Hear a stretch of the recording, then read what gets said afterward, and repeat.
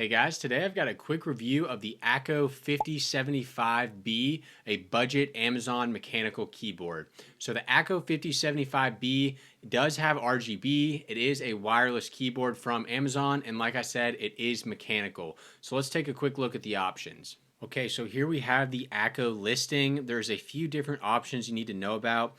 You can select the different switches. So for this video, we're going to be reviewing the creamy yellows, and believe me, they do sound pretty creamy. We're going to be doing a sound test a little bit later in this video. Along with that, you have the Silver Pros, the Creamy Blues, the Pro Piano, or the Dracula. And then you have a couple different color options here. Today we're reviewing the Dracula Castle, but they also do have a black and silver. It just depends what switches.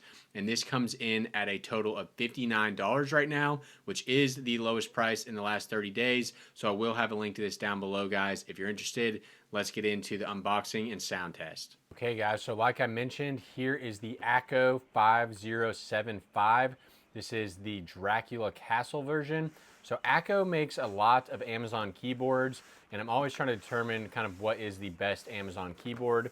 So let's do a quick unboxing here and before we get into a sound test, because in my opinion, the sound test is the most important thing about a keyboard. If it doesn't sound good, then you're not going to want to type on it, and that's why it's the most important thing in my opinion. So we've got a little plastic tray here, and then the keyboard itself. So this is a mechanical keyboard. What do we have here? Nice little instruction manual here. Anything useful in here? You can change some backlight settings. Okay, so that's the manual. Anything else in the box here? We've got some additional switches. That's always nice in case one breaks. We've got some sort of gaskets. I'm not actually sure what those are, but they are squishy. And then we've got additional accent keycaps, and it actually comes with a lot of these, so that's pretty cool. Keycap puller, and then a switch puller. So everything you would expect. Lastly, we've got our USB-C cable.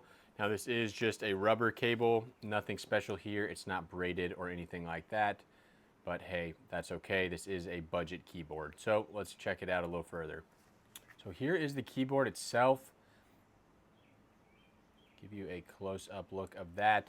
I really like the color scheme of this. It's got a nice kind of gray and black combination there. The letters are nice and big. That's how I prefer it. And of course, the best feature here, you've got your little volume knob in the top. And then you got your page keys right here. These I actually use a surprising amount, the home and the end. So I'm happy to see that on there. Let's check out the back here. We do have a USB dongle to actually get the connection to the computer. That's nice. And then down here, we've got Mac, USB, or Windows. Now, if we switch this to Windows, the RGB itself turns on. So that is pretty strong RGB, honestly. And I'm not really sure what's going on with this key over here, but that's probably because we haven't actually plugged it into a computer. So let's take a quick look at the switches themselves. I'm gonna go ahead and pull one of these off and see, do we indeed have the same yellow switches underneath here. So let's just take off this key right here. And yes, it does look like we have the same switch under there. This is a linear, there's no tactile there. So that's always nice. I definitely prefer a linear keyboard. Now these switches are removable. This is a fully customizable keyboard.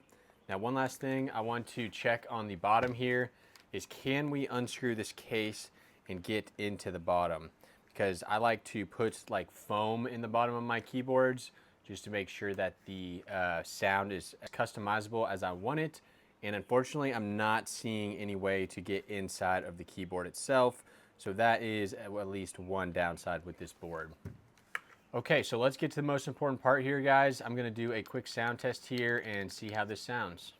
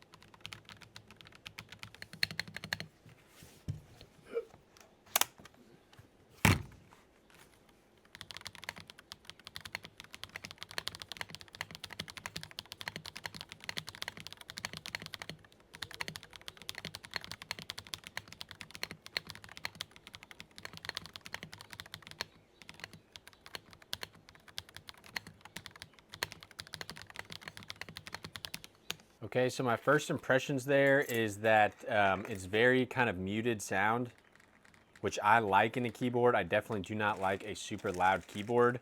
The spacebar is a bit loud for my opinion. Now you can probably lube that up and get a little bit of a quieter sound there. Now what I plan to do here is just apply a couple of these accent keys, probably just one on the inner bar, and see how that looks. Here is what that accent key looks like, and I'll give you a close-up look at some of these others here. So this is the Dracula Castle theme, so that is the kind of theme that you're seeing on these keys, the castle itself right there. So let's swap out this key and see what that looks like on there. Get my key puller. But overall, for a budget keyboard, I'd say this is doing is pretty good.